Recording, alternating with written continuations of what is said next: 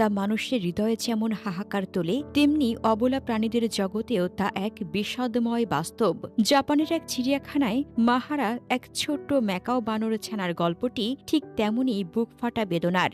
জন্মের কিছুদিন পরেই মাকে হারিয়ে ছানাটি যখন গভীর একাকিত্ব আর বিষণ্ণতায় ডুবে যাচ্ছিল, এমনকি বন্ধ করে দিয়েছিল আহার নিদ্রা, তখন তার সেই নিঃশব্দ কান্না ছুঁয়ে যায় চিড়িয়াখানার পরিচর্যাকারীদের মন।